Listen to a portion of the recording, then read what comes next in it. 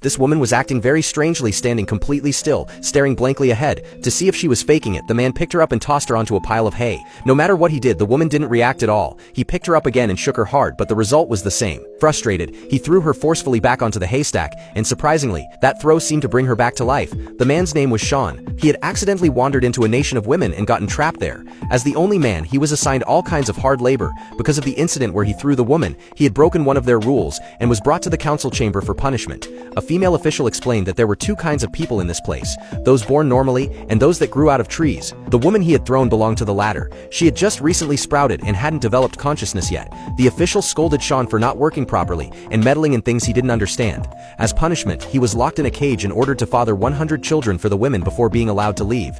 Just as Sean was falling into despair, a woman in a headscarf appeared. She had taken a liking to Sean and gave him another option: marry her, and he wouldn't have to become a breeding machine. But proud Sean refused, not wanting to be someone's pet. What he didn't expect was that the headscarf woman had other ways to break him. She sent him to a laboratory. There Sean learned he wasn't the only man here. Even more disturbing, all the men looked like they were in their 70s or 80s, but the oldest was only 25. What had happened? It turned out these men had refused to marry the headscarf woman, and were turned into communal property for all the women. Over time, their bodies were completely drained, and they rapidly aged within just a few years. An old man warned Sean to accept the headscarf woman's offer, or he'd end up the same. He explained that the women's desires were endless. Very few men could endure it. He himself had been tormented over 200 times in a single day. Even after passing out, the women used supplements to force him to continue. When Sean seemed doubtful, the old man took him to see another man who looked 80 but was actually just 18. He now lay dying in a hospital bed from exhaustion. Faced with these horrifying truths, Sean finally believed and became terrified. He immediately ran to find the headscarf woman